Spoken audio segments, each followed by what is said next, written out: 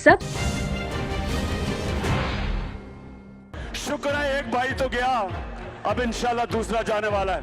मुझे फिक्र इस बात की लाहक है कि क्या इलेक्शन का कि मंजर हम देख सकेंगे या नहीं। अब मैं मुल्तान में कह के जा रहा हूँ 60+ है मैंने। मुस्लिम लीग नून में कोई क्राइसिस नहीं है इंशाअल्लाह ताला, कोई डिवीजन नहीं है, कोई फॉरवर्ड ब्लॉक नहीं बन रहा। जमहूरियत को पाक फौज से कोई खतरा नहीं है। जमहूरियत को अगर कोई खतरा हो सकता है तो वो जमहूरियत के जो रिक्वायरमेंट्स हैं उनको पूरा ना करने से हो सकता है। अस्सलाम वालेकुम नाजरीन, आप प्रोग्राम देख रहे हैं रूबरू और मैं हूं आपका मेज़बान शौकत पराचा। इस्लामाबाद स्टूडियो से ये लाइव प्रोग्राम है। वैसे तो हमारे मुल्क में जमहूरियत और बर वक्त इलेक्शन का सितारा हमेशा ही गर्दिश में रहता है, लेकिन आज कल लगता है कि किसी बहुत सख्त भंवर में फंस चुका है। हर कोई कह रहा है कि क्या हो रहा है और क्या होने जा रहा है।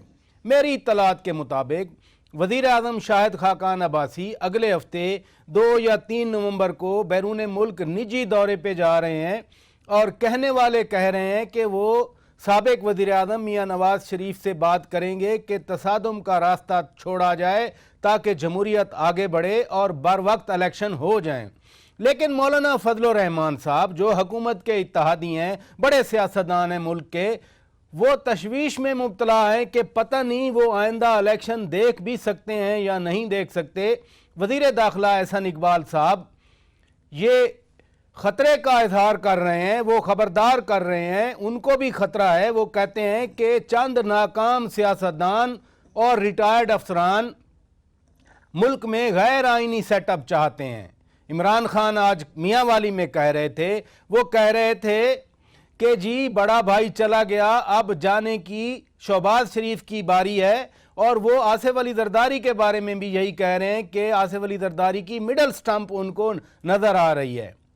ये सारी बातें मुल्क में गैर यकीनी की सूरत हाल पैदा कर रही हैं, अनसर्टनिटी बढ़ रही है। आज का हमारा मौजू भी यही है कि मुल्क में क्या होने जा रहा है। एक बहुत ही डिस्टिंग्विश्ड, बहुत ही मुअज़्ज़िज़ पैनल मेरे साथ है। वो कहते हैं कि उम्र गुजरी है इसी दश्त की सयाही में, तो इनकी सारी ज़िंदगी इसी सियासत में गुजरी है। मेहमानों का मैं तारफ़ करा देता हूँ। मेरे साथ इस्लामाबाद स्टूडियो में मौजूद हैं जनाब वसीम सजाद साहब, मुतअद्दिद बार ये कायम मकाम सदर पाकिस्तान भी रहे और सेनेट चेयरमैन भी रहे। बहुत शुक्रिया आपने वक्त दिया।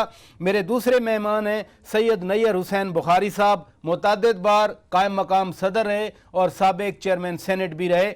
मेरे तीसरे मेहमान हैं कराची से ज्वाइन किया है सेनेटर मीर हासिल बदिंजो साहब, ये वज़ीर वफाकी वज़ीर हैं मेरी टाइम अफेयर्स के। बहुत शुक्रिया मीर साहब, आप कराची गए, हमने वहाँ भी नहीं छोड़ा आपको।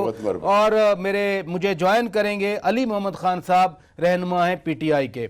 वसीम सजाद साहब उनके मेरे साथ मौजूद हैं। आपसे ही प्रोग्राम का आगाज़ करता हूँ। अजीब अजीब सी जयमगोइयाँ हो रही हैं, आप भी सुनते होंगे। एहसन इकबाल साहब कह रहे हैं कि चंद रिटायर्ड अफसरान और नाकाम सियासतदान मुल्क में गैर आइनी सेटअप चाहते हैं। आप क्या समझते हैं, क्या हो रहा है, क्या होने जा रहा है? हमारी तारीख़ कुछ ऐसी है जी कि हमारे मार्शल लॉ भी लगे, गैर आइनी मुदाखलत भी हुई, इलेक्शन में भी मुदाखलत की गई। तो हमारा एक तारीख़ ऐसी है कि जब इलेक्शन करीब आते हैं तो इस किस्म की बातें शुरू हो जाती हैं। देखना हमने ये है कि क्या ऐसे कोई हालात हैं, कैसी कोई ऐसी चीज़ है, बैनुल-अक़वामी सूरत हाल क्या है, दाखिली सूरत हाल क्या है और इन हालात में क्या मुमकिन है। मुझे इस वक्त कोई गैर आइनी मुदाखलत के आसार नज़र नहीं आ रहे और फौज के तर्जमान यही कह रहे हैं, बार बार कह रहे हैं जी, वो भी कह रहे हैं जी, और मुझे भी कोई ऐसे आसार नज़र नहीं आ रहे। फ़ौज की मुदाखलत से बहुत से मुश्किलात पैदा होती हैं, दाखिली सतह पे भी, बैनुल-अक़वामी सतह पे भी। तो आप समझते हैं 2018 तक चलेगा ये निज़ाम, चलेगा, हुकूमत चलेगी, इलेक्शन बर वक्त होंगे? देखें जी, ये कहना मुश्किल है कि क्या ये 2018 तक चलेगा, क्योंकि दबाव बहुत है हुकूमत पे। इससे पहले भी तहलील हो सकती है, लेकिन वो तहलील अगर होगी तो इस वक्त एक ही तरीका है कि वज़ीर-ए-आज़म ख़ुद सदर को कहें कि इसकी तहलील कर दी जाए।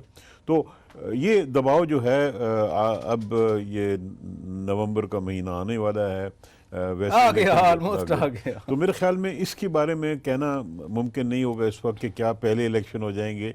यकीनन मुझे लगता है कि मार्च के बाद तो यकीनन हो जाएंगे, क्योंकि मार्च का इंतज़ार है सेनेट इलेक्शन का, लेकिन उससे पहले भी हो सकते हैं। सवाल यह है कि कितना दबाव आता है, किस तरह हालात बदलते हैं। हो सकता है कि जो अपोजिशन की पार्टीज हैं, दबाव क्या दबाव, बार बार दबाव की बात दबाव ये होता है जी, एक तो माशी सूरत हाल जो पाकिस्तान की है इस वक्त अच्छी नहीं है, दूसरा ये बुरी नहीं है तो अच्छी भी नहीं है। नहीं, अच्छी नहीं है जी, यकीनन अच्छी नहीं है। दूसरा ये है जी कि अपोजिशन पार्टीज अगर इकट्ठी हो जाएं, उनके पास कुछ ऐसे बहुत बड़ी अगर आपने लगा दी, वसीम सज्जाद साहब इसी नुक्ते पे और रहिए। उस पे अगर वो सारे इस्तीफा दे देते हैं तो एक सूरत हाल पैदा हो जाएगी। और अगर वो इस्तीफा देते हैं 4 महीने पहले, तो उस वक्त बाई इलेक्शन भी नहीं हो सकता। तो ये ऐसी सिचुएशंस हैं जिसमें कोई नई इलेक्शन की सूरत बन सकती है। इसी नुक्ते पर रह गया। वेलकम करते हैं आपको सैयद नैयर हुसैन बुखारी साहब, आपने वक्त दिया। 2 साबिक चेयरमैन सेनेट मौजूद हैं हमारे शो में। नाजरीन, मुतअद्दिद बार एक्स प्रेसिडेंट कायम मकाम सदर भी रह चुके हैं। मेरा एग्जैक्टली यही सवाल है बुखारी साहब आपसे कि आजकल बड़ा अजीब सा अनसर्टन माहौल बना हुआ है, जो मैं सवाल वसीम सज्जाद साहब की खिदमत में रख रहा था। आपको क्या नज़र आता है? दबाव है, यकीनन है। मईशत के बारे में खुद फ़ौज के तर्जमान भी कह चुके हैं, और वो कह चुके हैं कि ये मेरी सोच नहीं होती जो मैं बयान करता हूँ, वो पूरी फ़ौज की सोच होती है। कराची में सेमिनार भी हुआ था। क्या हुकूमत जा रही है, हुकूमत ठहर रही है? यकीन माने स्ट्रीट में चले जाएँ, आपको यही क्वेश्चन आपसे पूछे जाते हैं। शुक्रिया बराज साहब। हुकूमत बज़ाहिर तो इक़्तिदार के ऐवानों में मौजूद है, और क्या इनकी गवर्नेंस ठीक चल रही है कि नहीं चल रही है, ये भी एक बड़ा क्वेश्चन है। और ये दबाव की बात है, एक तो दबाव उनका इंटरनल इनफाइट जो है उनकी मुस्लिम लीग के अंदर, वो भी डिस्कस हो रही है पब्लिकली भी, मीडिया पे भी। लेकिन जैसे मैंने कहा ना कि वसीम सज्जाद साहब ने भी कहा कि अभी आइन में जो इख्तियार है नेशनल असम्बली को डिज़ोल्व करने का, वो सिर्फ वज़ीर आज़म के पास है, उसकी एडवाइस पे होगी। और दूसरी सूरत हाल भी जो है, मुझे फरवरी बड़ा इंपॉर्टेंट लग रहा है, first week of February. First week of February यानी सेनेट इलेक्शन से 1 महीना पहले। इलेक्शन फरवरी में स्टार्ट होने, मुझे बड़ा इंपॉर्टेंट वो इसलिए लग रहा है कि अगर किसी ने रूलिंग पार्टी को छोड़ के जाना है तो वो इंतज़ार करेगा कि 120 दिन जब रह गई हो असम्बली की मुद्दत ख़त्म होने को, उसके अरसे में है वो हुकूमती जमात को खैरबाद कह ले, ताकि फिर बाई इलेक्शंस नहीं होंगे और फिर उसको अपनी कॉन्स्टिट्यूंसी में कोई प्रॉब्लम भी नहीं आएगी। एक सूरत हाल तो ये है, क्योंकि इलेक्शन जो सेनेट के है वो 2nd वीक ऑफ फरवरी से स्टार्ट होते हैं और वो कंप्लीट हो जाते हैं 2nd वीक मार्च तक। 12 मार्च तो कट ऑफ डेट है, वो तो ओथ लेने की दिन है वो। इकॉनमी की बात आपने कहा बुरी नहीं है, सख्त बुरी है कि इकॉनमी की। मैं तो कोट कर रहा था, मैं कोट अनकोट कर रहा था। फौज के तर्जमान ने, मेजर जनरल आसिफ गफूर का मैं सेंटेंस कोट कर रहा था। देखिए, ये फौज के जो लोग हैं वो भी पाकिस्तान के सिटीजन हैं, उनका राइट भी है, स्टेक होल्डर्स हैं बाकायदा, तो उनका राइट भी है कि वो इकॉनमी को भी डिस्कस कर। अगर कॉमन आदमी डिस्कस कर सकते तो व्हाई नॉट दे, वो डिस्कस कर सकते हैं। लेकिन ये सारी जो है अनसर्टेनिटी, ये हुकूमती जमात की अपनी क्रिएट की, अपनी क्रिएट करते। इधर ही रुकिएगा, अब मैं आपके पास आऊंगा। मीर साहब, आपने बातचीत सुनी मेहमानों की, आप वफाकी वजीर हैं, कैबिनेट में बैठते हैं, ये अपोजिशन का सेंटेंस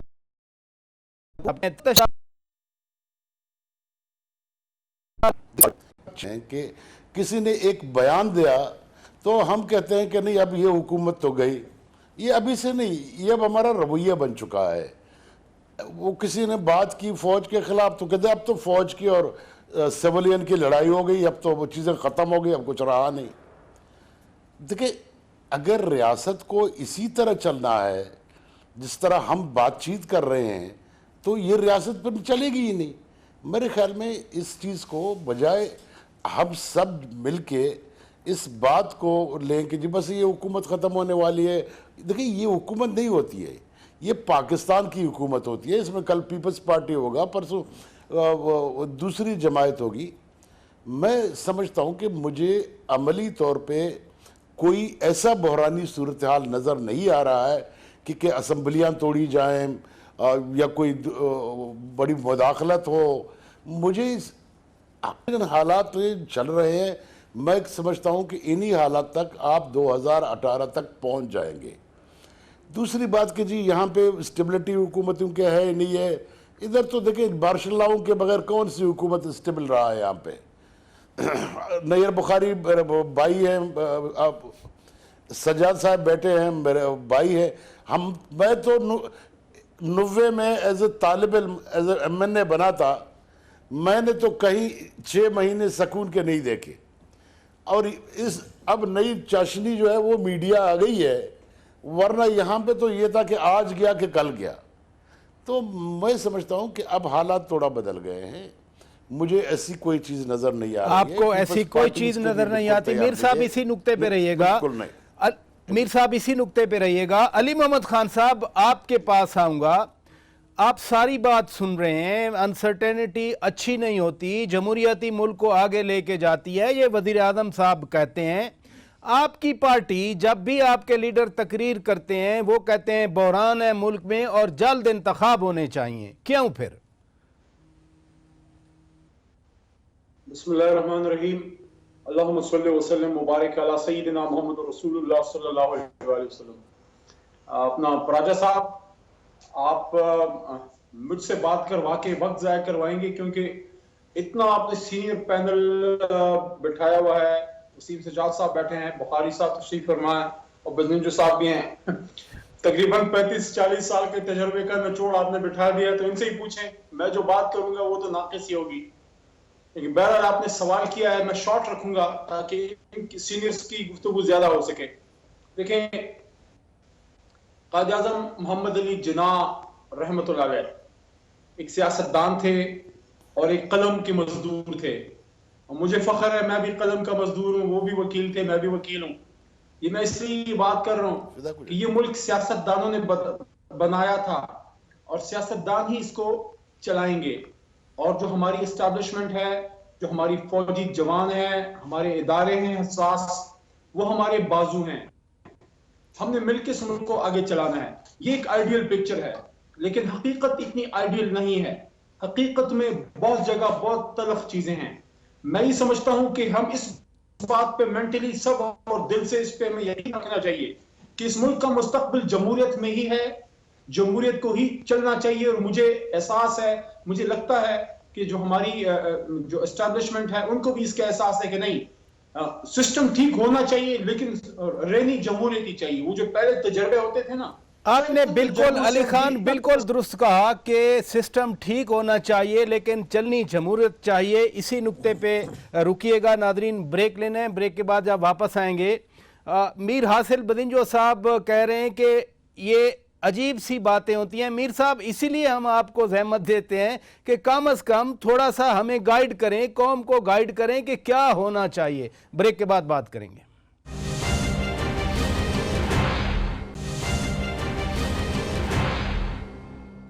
वेलकम बैक नाजरीन, रूबरू आप प्रोग्राम देख रहे हैं और हम मुल्क में ये जो चेमगोइयाँ हो रही हैं उन्हीं पे ही अपना फोकस रखे हुए हैं। वसीम सज्जाद साहब, मीर साहब की बात में बड़ा वजन है कि ऐसी बहस नहीं होनी चाहिए, लेकिन हम मीडिया वाले क्या करें जब बड़े बड़े लीडर खड़े हो गए। मसलन शेख रशीद साहब ने पहले वो कहते थे कि इतने नंबर हैं, इतने नंबर हैं, अब उन्होंने लिस्ट दिखा दी है। वो कहते हैं जो मुस्लिम लीग नून के MNAs हैं वो एक ग्रुप बना के बैठे हैं, काफ लीग से जो आए थे वो अलहदा बैठे हैं। आपके तो साथी भी थे काफ लीग वाले, कोई ऐसी बात है उनमें? देखिए जी, पहली बात तो ये है कि इन चीज़ों का डिस्कस होना, बातचीत होनी, ये एक जमहूरी सिस्टम में एक कुदरती बात है कि बातचीत होती है। हर किस्म की आरा सामने आती है, कोई ज़िम्मेदार भी होती है, कोई गैर ज़िम्मेदार भी होती है, और इसी डिस्कशन के बाद एक नतीजा निकलना शुरू हो जाता है, बनता है वो। तो जहाँ तक मुश्किलात का सवाल है, ये तो नज़र आ रहा है कि PMLN के अंदर कुछ न कुछ इख्तलाफात शुरू हो गए हैं। और हम देख रहे हैं कि वो पीरजादा साहब ने ओपनली बयान दिया कि मियाँ साहब को छोड़ देना चाहिए, शहबाज शरीफ साहब को सामने आना चाहिए। इसी तरह और आवाज़ें भी आ रही हैं, लेकिन ये कहना कि भी कितना ग्रुप है वो आएंगे नहीं आएंगे, ये तो मेरे लिए मुमकिन नहीं होगा। मेरा ख्याल में बुखारी साहब का तजिया सही है कि ये चीज़ अगर होगी तो 1-2 महीने के बाद सामने आएगी, वो फरवरी का फर्स्ट वीक जबकि इलेक्शन करीब होंगे, फिर ये भी कुछ अंदाज़ा हो जाएगा कि हवा किस तरफ चल रही है, कौन सी पार्टी जो है मजबूत नज़र आ रही है, कौन सी पार्टी जो है वो कमज़ोर नज़र आ रही है, कौन से अलाइंसेस बनते हैं, कौन कौन इकट्ठे होते हैं। तो उस सूरत हाल में लोग अपनी जो अफिलिएशंस हैं वो तब्दील करना शुरू हो जाते हैं। उस वक्त शायद सूरत हाल सामने नज़र आए। इस वक्त मेरा ख्याल मेरे लिए तो मुश्किल है कहना कि ग्रुप बंदी है नहीं है, कौन नहीं है। इसी नुक्ते को बुखारी साहब, जब पीरज़ादा साहब या कोई बात करता है तो उन्होंने ये नहीं कहा कि हम नून लीग से निकल रहे हैं। पीरज़ादा साहब ने कहा कि मियां शहबाज शरीफ को आगे आना चाहिए, लेकिन आज इमरान खान ने कहा कि जी अब शहबाज शरीफ की बारी है। ये किस डायरेक्शन में फिर सूरत हाल नज़र आती है? ज़ाहिर बात है कि शहबाज शरीफ साहब के ख़िलाफ़ 2 इम्पोर्टेंट चीज़ें, एक तो मॉडल टाउन रिपोर्ट है और हुदैबिया पेपर मिल वाला केस है। अब उसके अल्टीमेट क्या नतीजा निकलता है वो जब प्रोसीडिंग्स शुरू होंगी, हुदैबिया पेपर मिल दोबारा अगर खुलता है तो फिर क्या सूरत हाल होती है, या जो मॉडल टाउन का इशू है वो कैसे आता है। लेकिन अल्टीमेटली तो ये किसी जुडिशल फोरम में भेज जाएगा, तो इसलिए इमरान खान उसको फोर्स ही करें कि अब शायद वो भी डिस्क्वालीफाई हो जाए या कन्विक्शन आ जाए, तो वो ये उनकी अपनी एक सोच है। लेकिन मैं अभी सर हासिल साहब ने जो बात कही, मैं समझता हूँ कि एक सेन एलिमेंट गवर्नमेंट के अलायंस में है, जो हासिल जो जी हाँ माशाल्लाह स्ट्रगल है, एक सियासी जद्दोजहद। मैं ये समझता हूँ कि उनको कोई बेहतर मशवरे देने चाहिए कि गवर्नेंस कैसे की जाए, और जमहूरियत के लिए सैक्रिफाइसेस जिन्होंने दी हैं उनको ज़्यादा अहमियत पता है जमहूरियत की और जमहूरी इदारों की, और हम तो सिस्टम की कंटिन्यूटी चाहते हैं। और ये जो बात बहुत सारे लोग करते हैं जी टेक्नोक्रेट गवर्नमेंट, मैंने कहा जी ये मुझे ये जी सियासतदान हैं, आप सीनियर, आप सुनते हैं ये बातें? नहीं, मैं उनसे कहता हूँ कि आइन में तो ऐसी कोई प्रोविजन नहीं है टेक्नोक्रेट गवर्नमेंट की। आइन में तो सीधी बात यह है कि जिसके पास मेजॉरिटी है नेशनल असेंबली की, वो चीफ एग्जेक्टिव बन सकता है, या उसकी जमात चीफ एग्जेक्टिव बनाती है, या कोलिशन पार्टनर्स कोई। तो मुझे सच टेक्नोक्रेट गवर्नमेंट की प्रोविजन तो ऐसा सच नज़र नहीं आती कि कोई ऐसी प्रोविजन हो, या तो above constitution, beyond constitution. Ehsan Iqbal साहब एक जिम्मेदार आदमी है, ज़ाती तौर पर भी, एज अ पर्सन भी, छोड़ दें पोर्टफोलियो वजारत दाखिला का संजीदा पोर्टफोलियो, अगर वो कहें कि जी चंद रिटायर्ड अफसरान और चंद नाकाम सियासतदान यहाँ पर एक गैर आइनी सेटअप चाहते हैं। देखिए जी, गैर आइनी सेटअप जो है वो मुल्क के लिए कतन मुनासिब नहीं है, और जिस जमहूरियत के लिए बहुत सारी पॉलिटिकल फोर्सेस ने मेहनत भी की, कुर्बानियाँ भी दी, और एटलीस्ट पाकिस्तान पीपल्स पार्टी तो इस डेमोक्रेटिक सिस्टम की कंटिन्यूटी चाहती है, और ये बड़ी बदकिस्मती होगी कि कोई गैर आइनी कदम उठाया जाएगा किसी जानिब से भी। और क्योंकि अब 4.5 साल, पौने 5 साल होने वाले हैं इस गवर्नमेंट को, लेकिन ये जो सूरत हाल पैदा हुई ये इनकी अपनी क्रिएटेड है, और इसको ये मैनेज नहीं कर पाए, और एक स्टेज पे पाकिस्तान पीपल्स पार्टी ने बड़ा हेल्पिंग हैंड दिया कि सिस्टम कंटिन्यू रहे 2014 में धरनों के दौरान। हमने ये नहीं कि नवाज शरीफ की गवर्नमेंट को बचाया, हमने सिस्टम को बचाया कि सिस्टम कंटिन्यू करना चाहिए। और देखिए जब सिस्टम कंटिन्यू करेगा तो फिर चीज़ें रिफाइन भी होंगी, फिर रिफॉर्म्स भी आएंगी। अगर आप सिस्टम को तोड़ दें, रोक दें, तो फिर आप उस तरह कैसे एक्सपेक्ट करते हैं मामला आगे चलेंगे, जमहूरियत की गाड़ी आगे चलेगी तो क्लींजिंग होगी। That's what you are saying, मतलब चीज़ें रिफाइन तभी होंगी ना। एग्जैक्टली वो जो कहते हैं खराफात हैं, गंद है, वो निकल जाएगा। जब आप कंपैरिजन करते हैं बाकी दुनिया की जमहूरियतों से कि हजार साल की उनकी तारीख, 200 साल उन्होंने यही सीखा है, तो ये कंटिन्यूइंग प्रोसेस है। मीर साहब मैं आप पे एक सवाल छोड़ता हूं, मुझे शार्प ब्रेक का कहा जा रहा है। सवाल यही है, जिस तरह से ये सारे बातें हो रही हैं, आप स्टेक होल्डर हैं इस निज़ाम में, आप इत्तेहादी हैं। अगर मुस्लिम लीग में लोग कोई ग्रुप फर्ज किया बना रहे हो, पीरज़ादा साहब ने तो ओपनली आपके काबीना के साथी हैं, कैबिनेट कॉलीग हैं, उन्होंने बात कर दी, तो फिर आप यकीनन एज ए पॉलिटिशियन कुछ तो जरूर सोचते होंगे। ये सवाल आप पे छोड़ता हूं, ब्रेक के बाद जवाब लेता हूं। वेलकम बैक नाजरीन, आप प्रोग्राम रूबरू देख रहे हैं। हम बात कर रहे हैं मुल्क में पाई जाने वाली गैर यकीनी सूरत हाल और बुनियादी तौर पर मुख्तलिफ जो बयानात आते हैं उनकी तरफ से ये गैर यकीनी सूरत हाल पैदा होती है। मीर साहब, ब्रेक पर जाने से पहले मैंने एक सवाल छोड़ा था। आप सूबे में भी इत्तेहादी हैं, आप मरकज़ में भी इत्तेहादी हैं। एज अ पॉलिटिशियन आप बेशक यकीन ना करें, आप अंदर का हाल जानते हैं, आपको सारी सूरत हाल का पता है कि कुछ नहीं हो रहा, बट एज अ पॉलिटिशियन आप सोचते तो ज़रूर होंगे कि ये क्या हो रहा है। सर देखिए, आप जिस ग्रुप की बात कर रहे हैं, तो परसों रात इत्तेफाक से आफ्ताब शेख ने एक गाना किया था जिसमें पीरजादा साहब भी थे। ठीक है, तो हमने पीरजादा को कहा कि भाई आप ये बयान कैसे दे रहे हैं। उसने कहा यार मैं देहाती आदमी में फंस गया इनके हाथों, न मेरे पास कक नहीं है, न कोई ग्रुप है, न मैं कोई ग्रुप बना रहा हूँ, न कोई मुझसे मिला है, और लोग 35-40 आदमी मेरे पीछे लगा रहे हैं, मैं क्या करूँ अभी। दूसरी बात यह है कि देखिए, मैंने आपको शुरू में एक बात कही कि यकीनन this is a difficult time for Muslim League नून।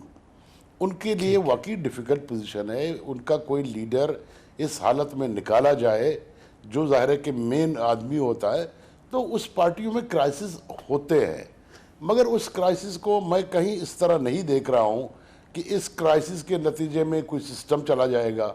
क्योंकि इस वक्त मेरी जो अपनी राय है, चाहे वो हमारी सिक्योरिटी इदारे हों, चाहे पीपल्स पार्टी हो, चाहे वो दूसरी अपोजिशन की जमायतें हों, इमरान खान का मैं नहीं कह सकता क्योंकि उसके साथ मेरा कोई इंटरेक्शन नहीं है, कोई भी इस वक्त इस सिस्टम को ख़राब नहीं करना चाहता। लेकिन इमरान खान जिनकी आप बात कर रहे हैं वो अर्ली इलेक्शन का मुतालबा तो बार बार कर रहे हैं।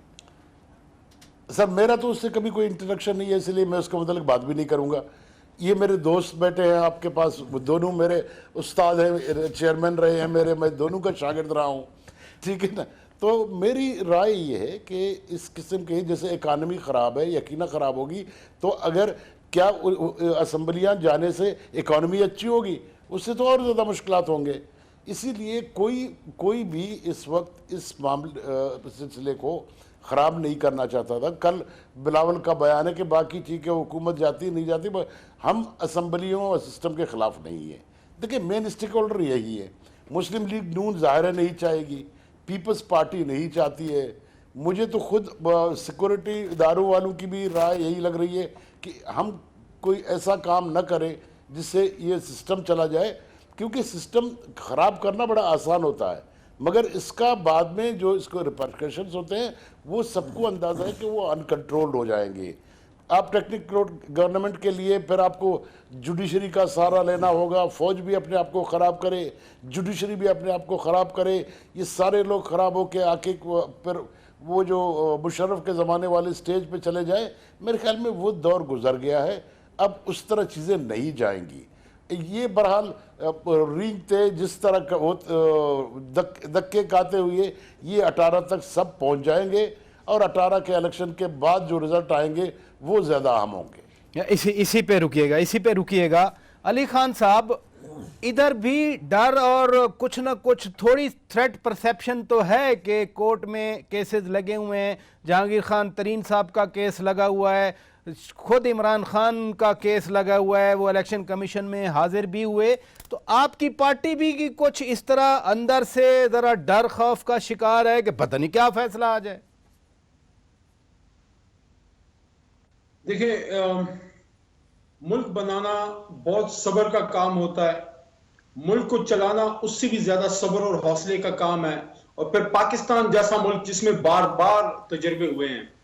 नहीं खेल ए दाग यारों से कह दो, नहीं खेल ए दाग यारों से कह दो कि आती है उर्दू ज़बां आते आते। इन इदारों को बनाना होगा, इनको खड़ा करना होगा, इस सिस्टम को भी रिवैम्प करना होगा, लेकिन साथ साथ सिस्टम को भी चलाते रहना होगा। बेहतरीन मिसाल मैं आपको दूं, मेरे सीनियर्स तीनों बैठे हैं, बड़ा अजीब है जब मैं गुफ्तगू भी कर रहा हूं। मैं एक स्पोर्ट्समैन भी रहा हूं, मैं आपको उसकी मिसाल देता हूं। अगर किसी ने सियासत सीखनी है तो क्लब क्रिकेट के जो 22 बच्चे होते हैं उनसे सीखें। हम जब क्लब क्रिकेट खेलते थे ना, मुखालिफ टीमों के खिलाड़ी 22 के 22 मिलके हम रोल करते थे, हम वहां पर पिच पे रोल मिलके करते थे और फिर मैच खेलते थे। इसका मतलब है कि आपस में सियासी मुखालफत इतनी ना बढ़े कि पिच ही उखड़ जाए। लेकिन दूसरी चीज देखिए, इसमें सबसे इंपॉर्टेंट स्टेक होल्डर ना मैं हूं, ना वसीम साहब हैं, ना हमारे बुखारी साहब हैं और ना बजरंगी साहब। सबसे इंपॉर्टेंट स्टेक होल्डर जमहूरियत में अवाम है।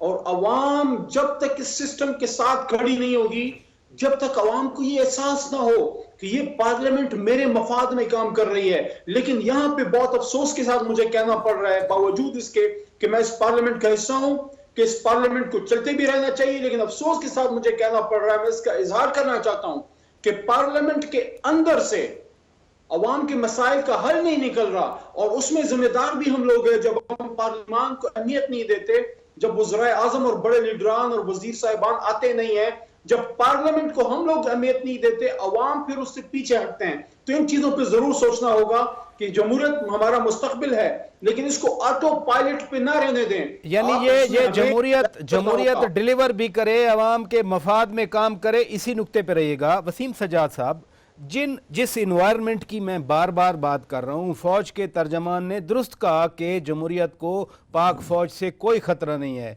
अगर जमहूरियत को कोई ख़तरा है तो उसकी रिक्वायरमेंट्स पूरी ना होने से है। इसी जगह पे एक और मेरे मेहमान आए थे, मैंने ये सवाल किया कि क्या रिक्वायरमेंट्स हो सकती हैं। एक्स जनरल थे, वो साबिक सेक्रेटरी दिफा भी थे। उन्होंने कहा कि जमहूरियत में तो हर बंदा स्टेक होल्डर होता है, लेकिन यहाँ तो फैमिलीज़ हैं, मौरूसियत है, वो तो है हमारे सिस्टम में, फिर सिस्टम आगे कैसे बढ़ेगा? ये जी बहुत अली मोहम्मद ख़ान साहब ने एक बहुत अहम बात की है, और ये एक बुनियादी नुक्ता है कि अवाम की कमिटमेंट जमहूरियत के साथ कितनी है। अगर आप किसी अमेरिका के शहरी से पूछें, इंग्लिस्तान के शहरी से पूछें, तो वो जमहूरियत के ख़िलाफ़ कभी कोई बात नहीं करेगा, क्योंकि उसको जमहूरियत के समरात नज़र आते हैं। तो जमहूरियत एक सिर्फ इलेक्शन होने का नाम नहीं होता, उसकी कुछ रिक्वायरमेंट्स होती हैं। उसमें एक बर्दाश्त का कल्चर होता है, उसमें आवाम के मसाइल हल होते हैं, उसमें एक दूसरे की बात सुनने का शऊर होना चाहिए।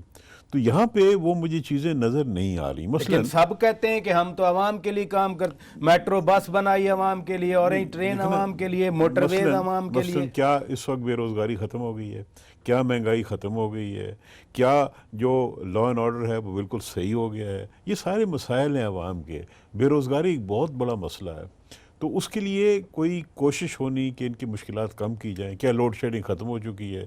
क्या आइंदा हमें गैस जो है वो मिलती रहेगी? ये लोग के रोज़मर्रा के मसाइल हैं। तो जब तक ये दुरुस्त नहीं होंगे तो अवाम की कमिटमेंट नहीं होगी। और हमने माजी में देखा है कि जब कभी मार्शल लॉ लगता है तो अवाम में मिठाई तकसीम की जाती है कि जी शुक्र है निजात मिल गई। तो लिहाजा हमें एक निज़ाम को इस तरीके से इस्तेमाल करना पड़ेगा कि अवाम को इसके समरात जो डिलीवर करे। और उसमें एक मैं बार बार बात करता हूँ कि मेरे ख्याल में पाकिस्तान के हालात को सामने रखते हुए यहाँ की जो टर्म है 5 साल, वो बहुत ज़्यादा है। अगर 4 साल कर दी जाए तो जमहूरियत मजबूत जो शाह साहब, खुर्शीद शाह साहब जो बार बार कह रहे हैं, वो मैं भी जी बड़े अरसे से ये बात कर रहा हूँ। 18वीं तरमीम के बाद भी मैं बात की, इसी नुक्ते पे रहेगा। इस पे अगर कोई बात चले तो मेरे ख्याल में मजबूत हो जाएगी। बुखारी साहब, आर्ग्यूमेंट ये है कि जैसे वसीम सज्जाद साहब फरमा रहे हैं कि जब मार्शल लॉ लगता है तो लोग मिठाइयाँ बांटते हैं, लेकिन लोग इलेक्शन में भी तो बार बार आते हैं। मसलन अभी ये NA4 का इलेक्शन हुआ, NA120 का इलेक्शन हुआ, NA122 का बाई इलेक्शन हुआ था, इवन 2013 के इलेक्शन थे। लोगों की कमिटमेंट पे मुझे तो कोई शक नहीं है कि जमहूरियत के साथ है। आप सब लोग जमहूरियत की बात है, फिर ये हम क्यों यू टर्न में आ जाया करते हैं हर 10-12 साल के बाद? देखिए, बुनियादी बात जो है, मैं समझता हूँ कि एक जो गवर्नमेंट के कैबिनेट मेंबर्स कह रहे हैं कि जमहूरियत को ख़तरा है, और फिर जो किसी और अदारे ने भी कहा कि जमहूरियत से ख़तरा है, तो ख़तरा means what next? Yes, that's the question कि व्हाट नेक्स्ट, मतलब है कि फिर ख़तरा है तो किससे ख़तरा है? बुनियादी बात यह है कि जो अवाम और नास जो हैं, जमहूरियत का दिफा वही कर सकते हैं और वही कर सकते हैं। कोई और जमहूरियत का दिफा उनके नुमाइंदे करें ना करें, लेकिन अवाम और नास अगर अपने नुमाइंदों के पीछे खड़े हैं तो वो आइन को भी प्रोटेक्ट करेंगे, कानून की बालादस्ती को भी प्रोटेक्ट करेंगे। अगर आवाम पीछे नहीं बुखारी खड़े, साहब मैं यही तो गुजारिश कर रहा हूं कि लोग आते हैं, जलसों में आते हैं, जुलूसों में आते हैं, तो ये सोच, जैसे वसीम सजाद साहब ने कहा कि मिठाइयाँ बांटते हैं। जब आवाम मायूस होते हैं, जब कोई हुकूमत वक्त डिलीवर नहीं करती, जो उनकी एक्सपेक्टेशंस होती हैं, पॉलिटिकल प्रोसेस में वो वोट करते हैं और उनकी तवक्कुआत होती हैं, उनके इश्यूज रिजॉल्व नहीं होते, तो फिर वो मायूसी का शिकार होती है। जब अवाम नास मायूसी का शिकार हो जाएं तो फिर आइन का दिफा करने वाला कोई नहीं रहता, फिर गैर आइनी बात हो तो फिर वो खुशियाँ भी मनाते हैं। इसलिए बुनियादी फ़र्ज़ जो है वो हुकूमत वक्त का होता है कि वो अवाम के जो मसाइल हैं उन पर तवज्जो दे, उनको हल करे, ताकि अवाम उनके साथ खड़े और अवाम उनको प्रोटेक्ट करें। इसी नुक्ते पर रहेगा। मीर साहब आपकी तरफ आऊँगा। अवामी मसाइल का हल, ज़ाहिर है जमहूरियत अगर लोगों की हुकूमत है, लोगों के लिए हुकूमत है, तो उसकी डिलीवरी भी उसका फ़र्ज़ है। हुकूमत, अपोजिशन के लोग, बड़ी पार्टीज बार बार कहती हैं कि जी हुकूमत की कारकर्दगी तो अखबार के इश्तिहारों में नज़र आती है। बुनियादी नुक्ता तो यही है कि हुकूमतें डिलीवर करें, फिर ख़तरा इधर उधर से क्यों महसूस किया जाता है हमारे निज़ाम में? नहीं, देखिए, मैं इस बात से एग्री करता हूं कि जो डिलीवरी का लेवल होना चाहिए हमारे मुल्क में आज तक किसी भी हुकूमत में नहीं हुई है। तो हम तो मुश्किल ये रही है कि फौजी हुकूमतें आए, उन्होंने भी तबाही मचा दी। मगर ये है कि जमहूरियत को, देखिए मेरी गुजारिश सुने, हम ऐसे ही अमेरिका का मिसाल देते हैं और यूरोप का मिसाल देते हैं, तो आज से 20-40 साल पहले, 50 साल पहले उनकी भी जमहूरियत देखें तो वो भी प्रोसेस से गए हैं। अब बार बार लोगों को इलेक्शन पे जाने दें, लोग इलेक्शन कर लेते हैं, इलेक्ट होके आते हैं। देखिए, जमहूरियत का अपना एक जो बुनियादी चीज़ है कि जमहूरियत इज़ लाइक अ सी, वो अपने गंद को आहिस्ता आहिस्ता अपने अंदर से निकालता है।